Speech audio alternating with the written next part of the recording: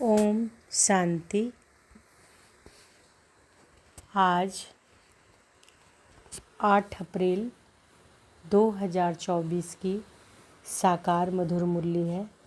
आज के महावाक्य में बाबा बोले, मीठे बच्चे, इन आँखों से जो कुछ देखते हो यह सब खत्म हो जाना है, इसलिए इससे बेहद का वैराग्य बाप तुम्हारे लिए नई दुनिया बना रहे हैं। इसलिए इससे बेहद का वैराग्य, इन आँखों से जो कुछ देखते हो यह सब खत्म हो जाना है, इसलिए इससे बेहद का वैराग्य बाप तुम्हारे लिए नई दुनिया बना रहे हैं। प्रश्न है, तुम बच्चों के कि साइलेंस में कौन सा रहस्य समाया हुआ है? उत्तर है,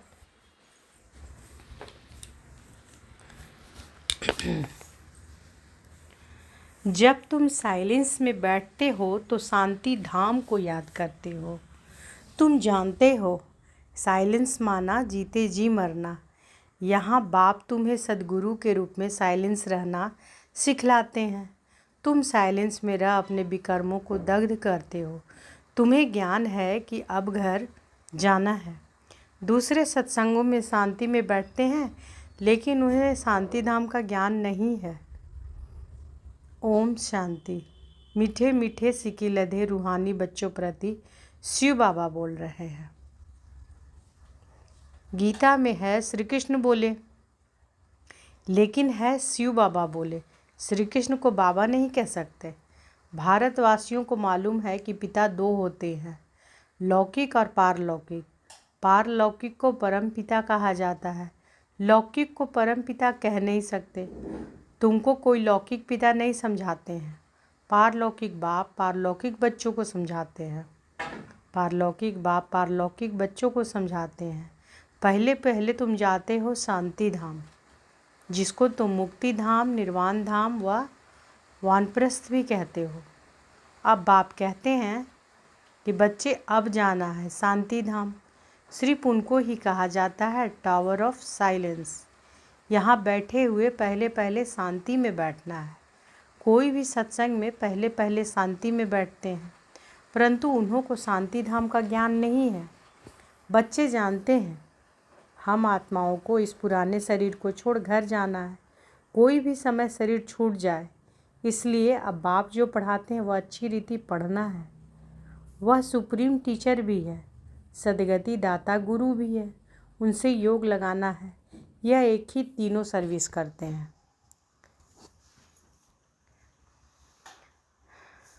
तो बाबा क्या है? पिता भी है, टीचर भी है, सदगुरु भी है। तो यह एक ही तीनों सर्विस करते हैं। ऐसे और कोई एक तीनों ही सर्विस नहीं कर सकते। यह एक बाप साइलेंस भी सिखलाते हैं। जीते जी मरने को साइलेंस कहा जाता है। तुम जानते हो कि हमको अब शांति धाम घर में जाना है। जब तक पवित्र आत्माएं नहीं बनी है तब तक वापस घर कोई जा ना सके। जाना तो सबको है, इसलिए पाप कर्मों की पिछाड़ी में सजाएं मिलती है, फिर पद भी भ्रष्ट हो जाता है। मानी और मोचरा भी खाना पड़ता है, क्योंकि माया से हारते हैं। बाप आते ही हैं माया पर जीत पहनाने, परंतु गफलत से बाप को याद नहीं करते। यहाँ तो एक बाप को ही याद करना है। भक्ति मार्ग में भी बहुत भटकते हैं, जिसको माथा टेकते हैं उनको जानते नहीं। बाप आकर भटकने से छुड़ा देते हैं। समझाया जाता है कि ज्ञान है दिन, भक्ति है रात। रात को ही धक्का खाया जाता है। ज्ञान से दिन अर्थात सतयुग त्रेता, भक्ति माना रात द्वापर कलयुग। यह है सारी ड्रामा की ड्यूरेशन। आधा समय दिन, आधा समय रात। प्रजापिता ब्रह्मा कुमार कुमारियों का दिन और रात। यह बेहद की बात। बेहद का बाप बेहद के संगम पर आते हैं, इसलिए कहा जाता है शिवरात्रि। मनुष्य यह नहीं समझते कि शिवरात्रि किसको कहा जाता है। तुम्हारे सिवाय एक भी शिवरात्रि के महत्व को नहीं जानता, क्योंकि यह है बीच। जब रात पूरी हो दिन शुरू होता है। इसको कहा जाता है पुरुषोत्तम संगम युग। पुरानी दुनिया और नई दुनिया का बीच। बाप आते ही है पुरुषोत्तम संगम युगे युगे। ऐसे नहीं कि युगे युगे, बाप आते हैं यहाँ पुरुषोत्तम संगम युगे युगे। ऐसे नहीं कि युगे युगे, सतयुग त्रेता का संगम उसे भी संगम युग कह देते हैं। बाप कहते हैं यह भूल है। शिव बाबा कहते हैं कि मुझे याद करो तो पाप विनाश होंगे। इसको योग अग्नि कहा जाता है। तुम सब ब्राह्मण हो, योग सिखाते हो पवित्र होने लिए। वे ब्राह्मण लोग काम चिता पर चढ़ाते हैं। उन ब्राह्मणों और तुम ब्राह्मणों में रात दिन का फर्क है। वह है कुख वंशावली, तुम हो मुख वंशावली। हर एक बात अच्छी रीति समझने की है। यूँ तो कोई भी आते हैं उसको समझाया जाता है, बेहद के बाप को याद करो तो विकर्म विनाश होंगे और बेहद का बाप का वर्षा मिलेगा। फिर जितना जितना दैवी गुण धारण करेंगे और कराएंगे उतना उच्च पद पाएंगे। बाप आते ही हैं पतितों को पावन बनाने, तो तुमको भी यह सर्विस करनी है। पतित तो सभी हैं, गुरु लोग किसी को भी पावन कर ना सके। पतित पावन नाम शिव बाबा का है। वह आते ही यहाँ है, यह सब पूरे पतित बन जाता है। जब सभी पूरे पतित बन जाते हैं ड्रामा के प्लान अनुसार, तब बाप आते हैं। पतित पावन नाम शिव बाबा का है। वह आते ही यहाँ है जब सभी पूरे पतित बन जाते हैं ड्रामा के प्लान अनुसार, तब बाप आते हैं। पहले पहले तो बच्चों को अल्फ समझाते हैं, मुझे याद करो। तुम कहते हो ना कि वह पतित पावन है। रूहानी बाप को कहा जाता है पतित पावन। कहते हैं कि हे भगवान अथवा हे बाबा, परंतु परिचय किसी को भी नहीं। अभी तुम संगमवासियों को परिचय मिला है, वह है नरकवासी। तुम नरकवासी नहीं हो।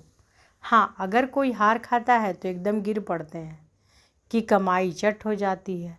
मूल बात है पतित से पावन होने की। यह है विशेष दुनिया, वह है वाइसलेस दुनिया, नई दुनिया जहाँ देवताएं राज्य करते हैं। अभी तुम बच्चों को मालूम पड़ा है, पहले पहले देवता ही सबसे जास्ती जन्म लेते हैं। उसमें भी जो पहले पहले सूर्यवंशी हैं वह पहले आते हैं। 21 पीढ़ी वर्षा पाते हैं। कितना बेहद का वर्षा है, पवित्रता सुख शांति का। सतयुग को पूरा सुखधाम कहा जाता है। त्रेता है सेमी, क्योंकि 2 कला कम हो जाता है। कला कम होने से रोशनी कम होती जाती है। चंद्रमा को भी कला कम होने से रोशनी कम हो जाती है। आखिरीन बाकी लकीर जाकर बचती है, नील नहीं होता। तुम्हारा भी ऐसे है, नील नहीं होते। इसको कहा जाता है आटे में नमक। बाप आत्माओं को बैठ समझाते हैं। यह है आत्माओं और परमात्मा का मेला। यह बुद्धि से काम लिया जाता है। परमात्मा कब आते हैं? जब बहुत आत्माएं अथवा बहुत मनुष्य हो जाते हैं, तब परमात्मा मेले में आते हैं। आत्माओं और परमात्मा का मेला किस लिए लगता है? वह मेले तो मैले होने के लिए। इस समय तुम बागवान द्वारा कांटे से फूल बन रहे हो। कैसे बनते हो? याद के बल से। कांटे से फूल कैसे बनते हो? याद के बल से। बाप को कहा जाता है सर्वशक्तिमान। जैसे बाप सर्वशक्तिमान है, वैसे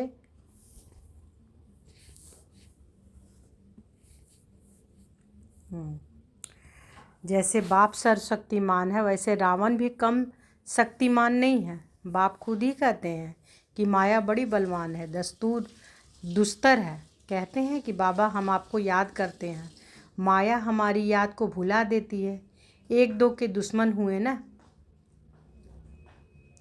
बाप आकर माया पर जीत पहनाते हैं, माया फिर हरा देती है। देवताओं और असुरों की युद्ध दिखाई है, परंतु ऐसे कोई है नहीं। युद्ध तो यह है, तुम बाप को याद करने से देवता बनते हो। माया याद में विघ्न डालती है, पढ़ाई में विघ्न नहीं डालती, याद में विघ्न पड़ते हैं। घड़ी घड़ी माया भुला देती है। देह अभिमानी बनने से माया का थप्पड़ लग जाता है। कामी जो होते हैं उनके लिए बहुत कड़े अक्षर कहे जाते हैं। यह है ही रावण राज्य। यहाँ भी समझाया जाता है कि पावन बनो, फिर भी बनते नहीं। बाप कहते हैं कि बच्चे विकार में मत जाओ, काला मुंह मत करो। फिर भी कहते हैं कि बाबा माया ने हार खिला दी, अर्थात काला मुंह कर बैठे। गोरा और सांवरा है ना, बिकारी काले।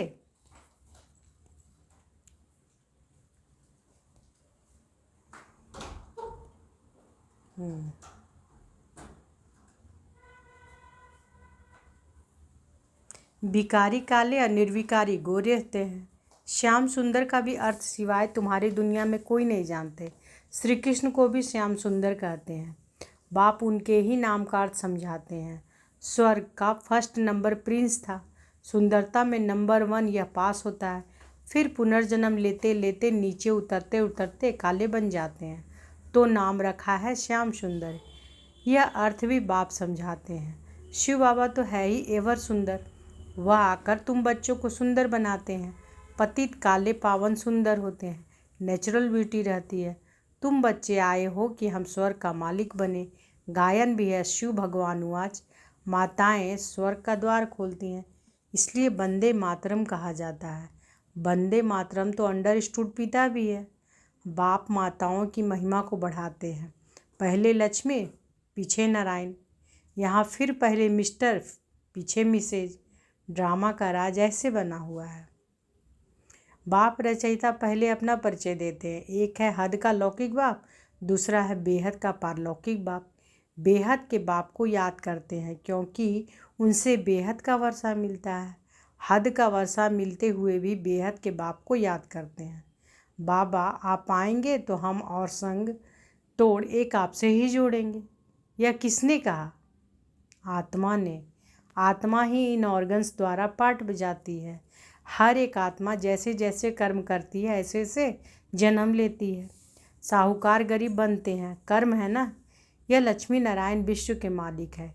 इन्होंने क्या किया यह तो तुम जानते हो और तुम ही समझा सकते हो। बाप कहते हैं कि इन आँखों से तुम जो कुछ भी देखते हो उससे वैराग्य, यह तो सब खत्म हो जाना है। नया मकान बनाते हैं तो फिर पुराने से वैराग्य हो जाता है। बच्चे कहेंगे कि बाबा ने नया मकान बनाया है, हम उसमें जाएंगे। यह पुराना मकान तो टूट फूट जाएगा। यह है बेहद की बात। बच्चे जानते हैं कि बाप आया हुआ है स्वर्ग की स्थापना करने। यह पुरानी छीछी दुनिया है। तुम बच्चे अभी त्रिमूर्ति शिव के आगे बैठे हो। तुम बच्चे अभी त्रिमूर्ति शिव के आगे बैठे हो। तुम विजय पहनते हो। वास्तव में तुम्हारा यह त्रिमूर्ति कोट ऑफ आर्म्स है। त्रिमूर्ति कोट ऑफ आर्म्स है। तुम ब्राह्मणों का यह कुल सबसे ऊंचा है, चोटी है। यह राजाई स्थापन हो रही है। इस कोट ऑफ आर्म्स को तुम ब्राह्मण ही जानते हो। शिव बाबा हमको ब्रह्मा द्वारा पढ़ाते हैं देवी देवता बनाने के लिए। विनाश तो होना ही है। दुनिया तमो प्रधान बनती है तो नेचुरल कैलामिटीज़ भी मदद करती है। बुद्धि से कितने साइंस निकालते रहते हैं, पेट से कोई मूसल नहीं निकालते। यह साइंस निकली है जिससे सारे कुल को ख़त्म कर देते हैं। बच्चों को समझाया है कि ऊंचे ऊंच है शिव बाबा। पूजा भी करनी चाहिए एक शिव बाबा की और देवताओं की। पूजा भी करनी चाहिए एक शिव बाबा की और देवताओं की।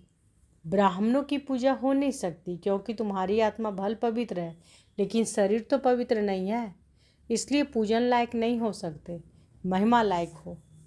जब फिर तुम देवता बनते हो तो आत्मा भी पवित्र, शरीर भी नया पवित्र मिलता है। इस समय तुम महिमा लायक हो। वंदे मातरम गाया जाता है। माताओं की सेना ने क्या किया? माताओं ने ही श्रीमत पर ज्ञान दिया है। माताएं सबको श्रीमत पर ज्ञान देती है। माताएं सबको ज्ञान अमृत पिलाती है। यथार्थ रीति तुम ही समझते हो। शास्त्रों में तो बहुत कहानियाँ लिखी हुई हैं, वह बैठकर सुनाते हैं। तुम सत सत करते रहते हो। तुम यह बैठकर सुनाओ तो सत सत कहेंगे। अभी तो तुम सत सत नहीं कहेंगे। मनुष्य तो ऐसे पत्थर बुद्धि हैं जो सत सत करते रहते हैं। गायन भी है पत्थर बुद्धि और पारस बुद्धि। पारस बुद्धि माना पारसनाथ। नेपाल में कहते हैं कि पारसनाथ का चित्र है। पारसपुरी का नाथ यह लक्ष्मी नारायण है, उन्हों की डिनाइस्टी है। अब मूल बात है रचयिता और रचना के राज को जानना, जिनके लिए ऋषि मुनि भी नेति नेति करते गए। अभी तुम बाप द्वारा सब कुछ जानते हो, अर्थात आस्तिक बनते हो। माया रावण नास्तिक बनाती है। अच्छा, मीठे मीठे सिकिलधे बच्चों प्रति माता पिता बाप दादा का याद प्यार और गुड मॉर्निंग। रूहानी बाप की रूहानी बच्चों को नमस्ते। हम रूहानी बच्चों की रूहानी माता पिता बाप दादा को याद प्यार गुड मॉर्निंग और नमस्ते नमस्ते नमस्ते। शुक्रिया बाबा शुक्रिया। धारणा के लिए मुख्य सार पहला है, सदा स्मृति रहे कि हम ब्रह्मा मुख वंशावली ब्राह्मण हैं। हमारा सबसे उच्च कुल है। हमें पवित्र बनना और बनाना है। पतित पावन बाप का मददगार बनना है। दूसरा, याद में कभी गफलत नहीं करना है। देह अभिमान के कारण ही माया याद में बिघन डालती है, इसलिए पहले देह अभिमान को छोड़ना है। योग अग्नि द्वारा पाप नाश करने हैं। आज बाबा वरदान दिए हैं, साधनों की प्रवृत्ति में रहते कमल फूल समान न्यारे और प्यारे रहने वाले बेहद के बैरागी भव। साधनों की प्रवृत्ति में रहते कमल फूल समान न्यारे और प्यारे रहने वाले बेहद के बैरागी भव। साधन मिले हैं तो उन्हें बड़े दिल से यूज करो। यह साधन है ही आपके लिए, लेकिन साधना को मर्ज नहीं करो, पूरा बैलेंस हो। साधन बुरे नहीं हैं, साधन तो आपके कर्म का योग का फल है, लेकिन साधन की प्रवृत्ति में रहते कमल पुष्प समान न्यारे और बाप के प्यारे बनो। यूज करते हुए उन्हों के प्रभाव में नहीं आओ। साधनों में बेहद की वैराग्य वृत्ति मर्ज ना हो। पहले स्वयं में इसे इमर्ज करो, फिर विश्व में वायुमंडल फैलाओ। स्लोगन है, परेशान को अपनी शान में स्थित कर देना ही सबसे अच्छी सेवा है। परेशान को अपनी शान में स्थित कर देना ही सबसे अच्छी सेवा है। तो आज के महावाक्य में बाबा क्या बोले कि इन आँखों से जो कुछ देखते हो यह सब खत्म हो जाना है, इसलिए इससे बेहद का वैराग्य। बाप तुम्हारे लिए नई दुनिया बना रहे हैं। अच्छा, शुक्रिया बाबा शुक्रिया। ओम शांति।